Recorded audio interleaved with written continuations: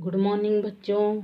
आज हम क्लास 7 का 5 चैप्टर मिठाई वाले का आगे का पाठ का अध्ययन करेंगे। तो बच्चों, हमने पहले ही इसका शब्दार्थ और एक पद पढ़ लिया था। अब आगे हम पढ़ते हैं। बच्चे खिलौने देखकर पुलकित होते, वे पैसे लाकर खिलौने का मोल भाव करने लगते। पूछते, इसका दाम क्या है? ऑल इचका। ऑल इचका। खिलौने वाले बच्चों को देखता और उनकी नन्ही नन्ही उंगलियों से पैसे ले लेता और बच्चों की इच्छा अनुसार उन्हें खिलौने देता। देखो, बच्चे जब खिलौने देखकर बहुत खुश हो जाते और अपने हाथ से पैसे लेकर उस बड़ों की जैसे उस खिलौने वालों से उस खिलौने का दाम अपनी तोतली भाषा में कितना है, किसका है और कितना है, तो ये पूछने पर वो बहुत ही खुश होता और उनकी नन्ही नन्ही उंगलियों को देख पैसा लेते हुए उन्हें उनके पसंद के अनुसार वो खिलौने दे देता। खिलौने लेकर फिर वह बच्चे उछल कूद करने लगते और तब फिर मिठाई खिलौने वाला उसी प्रकार गाकर कहता।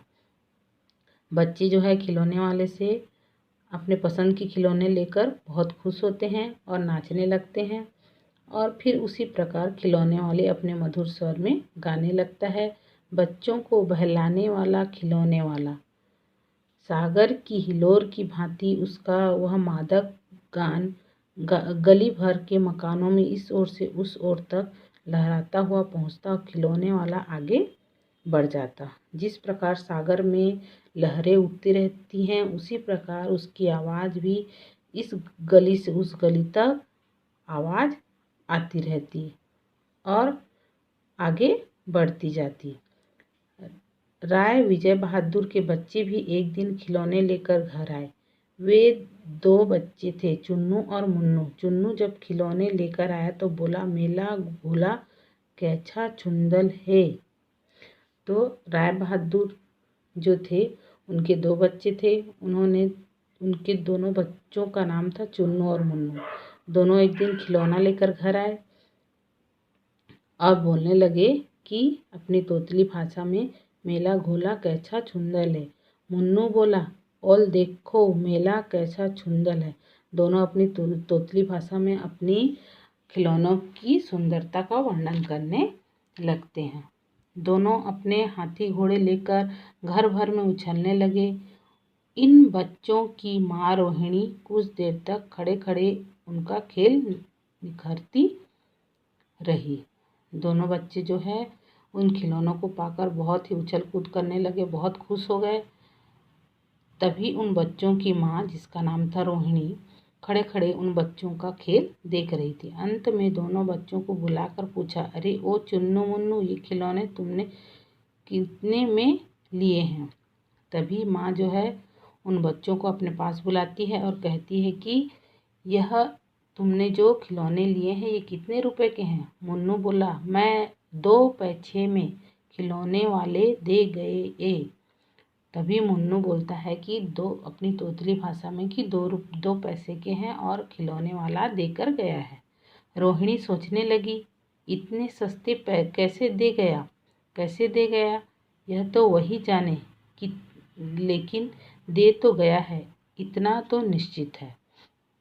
जब बच्चे की बात को रोहिणी सुनी कि 2 पैसे में इतने सुंदर खिलौने उसने दे दिया, तो वो सोचने लगी कि इतने सस्ते में कैसे उसने उस खिलौने को मेरे बच्चे को दे गया, लेकिन दे तो गया है। फिर सोचने लगी, जरा सी बात ठहरी। रोहिणी अपने काम में लग गई।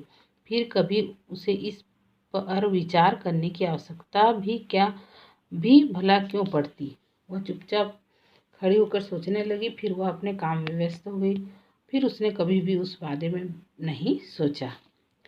6 महीने बाद नगर भर में 2-4 दिनों में एक मुरली वाले के आने का समाचार फैल गया। लोग कहने लगे, भाई वाह, मुरली बजाने वाला वह भी एक भी उस्ताद है।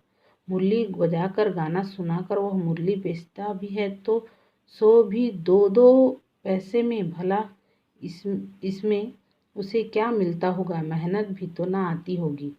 6 महीने बीत जाने पर नगर में 2-4 दिनों में एक मुरली वाले आने की समाचार सभी जगह फैल गई। लोग कहने लगे कि एक मुरली वाला है, बहुत बजाने में बहुत उस्ताद है और वह बजा बजा कर मुरली बेचता है और 2 पैसे में देता है। लेकिन 2 पैसे में वह देता है तो क्या उसको यह मेहनत का फल मिलता होगा? एक व्यक्ति ने पूछा, कैसा है वह मुरली वाला? मैं तो उसे नहीं देखा।